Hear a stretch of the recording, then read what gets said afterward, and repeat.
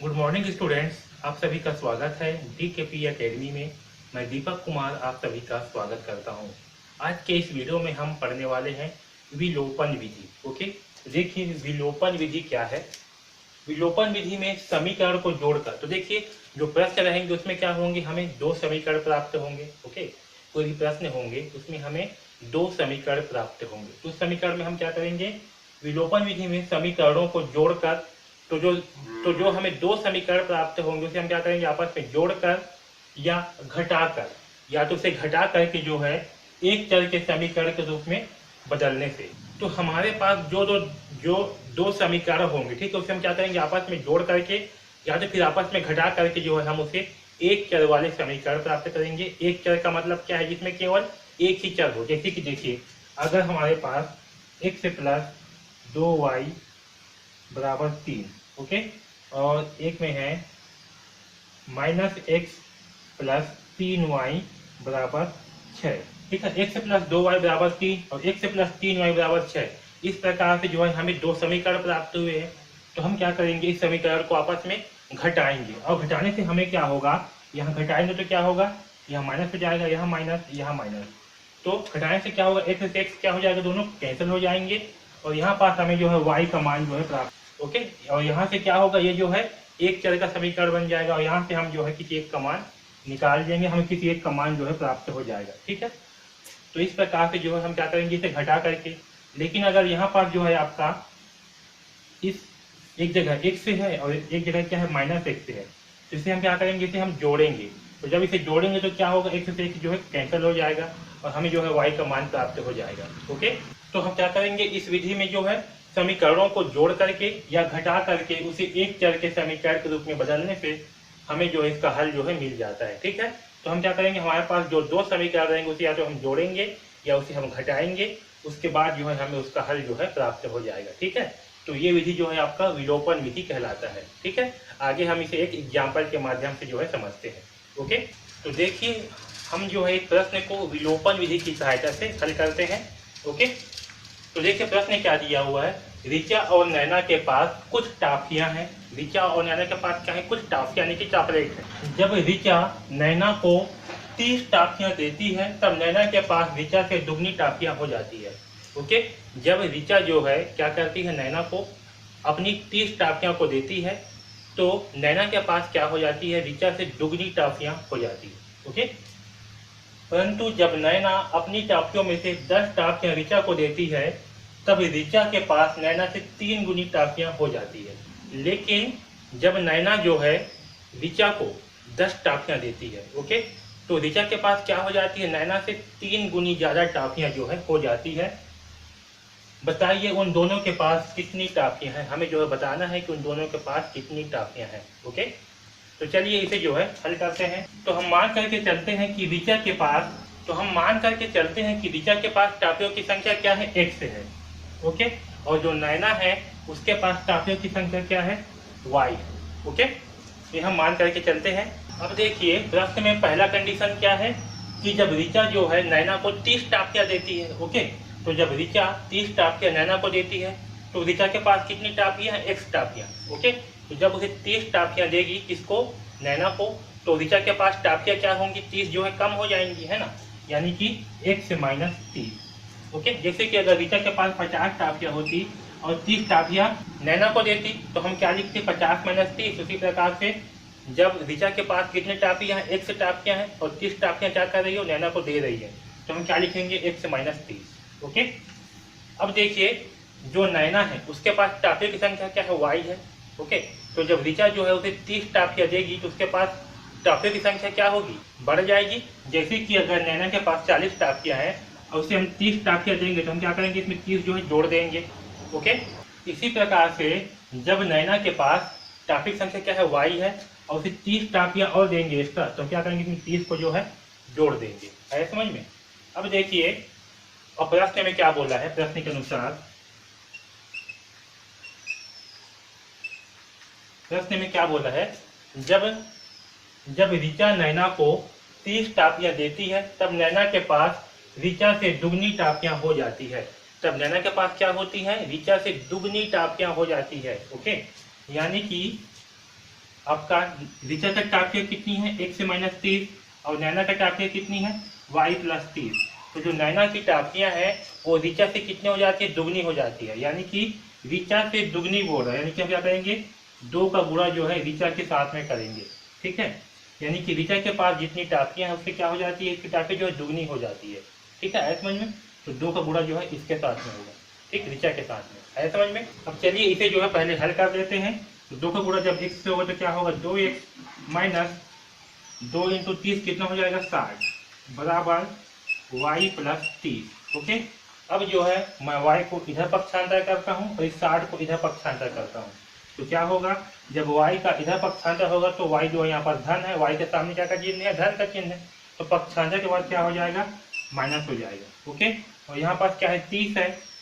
अब देखिए यहाँ पर 60 किस में है, 60 के सामने माइनस का चिन्ह है, तो पक्षांतर के बाद क्या हो जाएगा, यहाँ पास आकर के धन का चिन्ह हो जाएगा। ओके, तो यहाँ से 2x से -y बराबर क्या प्राप्त होगा हमें, 30 और 60 कितना हो जाएगा, 90। ठीक है, तो हमें जो है 2x - y बराबर 90 प्राप्त होगा। ओके, इसे जो है हम समीकरण 1 मान लेते हैं। ठीक है, अब देखिए दूसरी कंडीशन, जब नैना अपनी टाफियों में से 10 टाफियां ऋचा को देती है। ओके, अब दूसरा कंडीशन क्या है, तो जब 10 टाफियां जो है नैना ऋचा को देती है तब नैना के पास टाफियों की संख्या क्या होगी। अब देखिए नैना क्या करे, 10 टाफियां अपना दे रही है। ओके, और नैना के पास टाफियां कितनी है, y है। तो जब 10 टाफियां जो है अपनी देगी तो क्या होगा, इसमें से 10 टाफियां जो है कम हो जाएगी y में। ठीक है, और ऋचा के पास क्या होगी, 10 टाफियां जो है बढ़ जाएगी, है ना। तो ऋचा के पास होगा x + 10, क्योंकि 10 टाफियां क्या होगी, बढ़ जाएगी। ओके, तो अब देखिए प्रश्न के अनुसार क्या होगा। तो अब देखिए जब ऋचा जो है, जब नैना जो है 10 टाफियां किसको देती है, ऋचा को देती है, तब ऋचा के पास नैना से 3 गुनी टाफियां हो जाती है। तब क्या होती है, ऋचा के पास नैना से 3 गुनी टाफियां ज्यादा हो जाती है। ओके, तो अगर ऋचा के पास टाफियां है x + 10, तो नैना की टाफिया से कितना जाती है, 3 गुनी हो जाती है। तो हम 3 गुनी क्या करेंगे, नैना की टाफिया के साथ करेंगे। ठीक है, 3 का गुना कहाँ होगा, नैना के टाफी के साथ, क्योंकि इससे क्या है, इसकी टाफी जो है 3 गुनी है। ओके, अब इसे जो है हल करते हैं। तो जब 3 का गुणा y से होगा तो क्या होगा, 3y - 3 × 10 30। ओके, अब यहाँ से x से माइनस इस 3y को इधर जो है पक्षांतर कर देते हैं, तो होगा x से -3y, और 10 को उधर पक्षांतर करते हैं। तो 10 को जब इस सब पक्षांतर करेंगे तो क्या होगा, 10 यहाँ पर धन में है तो 10 हो जाएगा माइनस में। ओके, यानी कि x से -3y बराबर प्राप्त होगा -40। ओके, अब देखिए ये क्या है, हमारा समीकरण 2 हो गया। ओके, अब यहाँ देखिए ये क्या है, हमारा समीकरण 1 है और ये है समीकरण 2। ओके, अब देखिए समीकरण 1 ये है और ये क्या है, समीकरण 2। तो हम देखते हैं कि इसमें जो x या y दो जो चर संख्या है उसके गुणांक क्या समान है क्या किसी में। तो देखिए इसमें जो है x का गुणांक 2 है, इसमें x का गुणांक 1 है। गुणांक मतलब कि x के साथ में जिसका गुणा हुआ है। ठीक है, तो इसमें क्या हुआ है, इसमें जो है x के साथ में 2 का गुणा हुआ है और इसमें क्या है, x के साथ में 1 का गुणा हुआ है। जबकि इसमें देखो y के साथ में 1 का गुणा है और इसमें जो है y के साथ में 3 का गुणा है। यानी कि समीकरण 1 और 2 में क्या है, जो चर संख्या है उनका गुणांक समान नहीं है। ओके, तो देखिए जो समीकरण 1 है और समीकरण 2 है उसमें चर संख्या के गुणांक क्या है, आपस में समान नहीं है। इसलिए हम क्या करेंगे, समीकरण 1 से, जो समीकरण 1 है यहाँ से x का जो गुणांक है 2, इसका गुणा समीकरण 2 में करेंगे। समीकरण 2 में करने पर ओके क्या किए, जो समीकरण 1 का जो x का गुणांक है 2, इसका गुणा हम समीकरण 2 में करेंगे। इससे क्या होगा कि समीकरण 1 और 2 में जो x जो चर संख्या है उसके गुणांक आपस में क्या हो जाएंगे, समान हो जाएंगे। ओके, तो समीकरण 1 से क्या करेंगे हम, x का जो गुणांक है 2, इसका गुणा समीकरण 2 में करेंगे। ओके, यहाँ पर मैं लिखा हुआ उस चीज को। तो चलिए इसको जो गुणा करते हैं, तो हम क्या करेंगे, जो समीकरण 2 है इसके दोनों पक्षों में जो है हम 2 का गुणा करेंगे, क्योंकि यहाँ पास x का गुणांक क्या है, 2 है। ओके, तो हमें क्या करना है, दोनों पक्षों में जो है गुणा करना है। तो देखिए जब गुणा करेंगे तो क्या प्राप्त होगा हमें, 2 × x, 2x - 2 × 6y। ओके, बराबर 2 × 40 करने पर कितना प्राप्त होगा हमें, 80। तो यहाँ होगा -80। ठीक है, और इसे जो है हम मानेंगे समीकरण 3। क्या मानेंगे, समीकरण 3। तो ध्यान रखना अगर समीकरण 1 और 2 दोनों में किसी भी चर संख्या के गुणांक अगर आपस में समान नहीं है तो हम क्या करेंगे, किसी एक समीकरण से जो है हम किसी एक चर का गुणांक को दूसरे समीकरण में जो है गुणा करेंगे। जैसे कि यहाँ पर समीकरण 1 से x का गुणांक को क्या कर रहे हैं, समीकरण 2 में गुणा कर रहे हैं।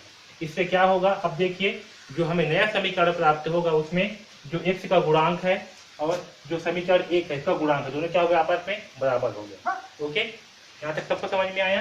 तो यह है हमारा समीकरण 3 और ये समीकरण 1 और ये समीकरण 2। ओके, अब मैं इस पार्ट को जो है थोड़ा सा मिटा रहा हूँ। ओके,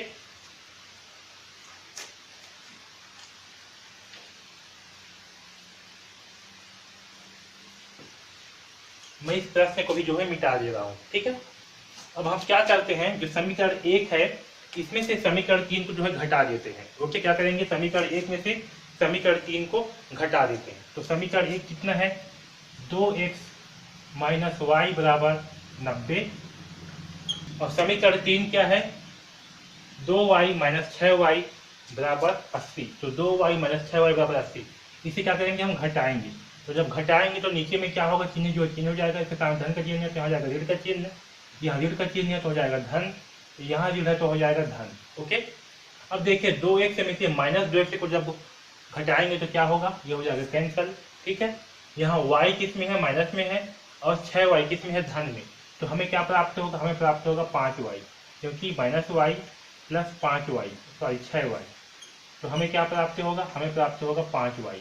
आया समझ में। इसी प्रकार से यहाँ बराबर है तो बराबर, अब देखिए 90 प्लस 80 है, 80 के सामने क्या चिन्ह है, धन का चिन्ह है। तो 90 और 80 को आपस में जोड़ने पर कितना होगा, 170। ओके, कितना होगा, 170। ओके, अब देखिए यहाँ से हम y का मान निकाल लेंगे। तो y बराबर क्या होगा, इसे मैं यहाँ निकाल रहा हूँ। ठीक है, बाजू में देखिए y बराबर क्या होगा, 5 की तरफ पक्षांतर करेंगे तो यहाँ होगा 170/5। ओके, और 170 को जब 5 से भाग करेंगे तो हमें क्या प्राप्त होगा, 5 तिया 15, 2 बचेगा 0, 5 चौक 20। तो हमें क्या प्राप्त होगा, 34, यानी कि y का मान आएगा 34। ओके, y का मान कितना आया, 34 आया।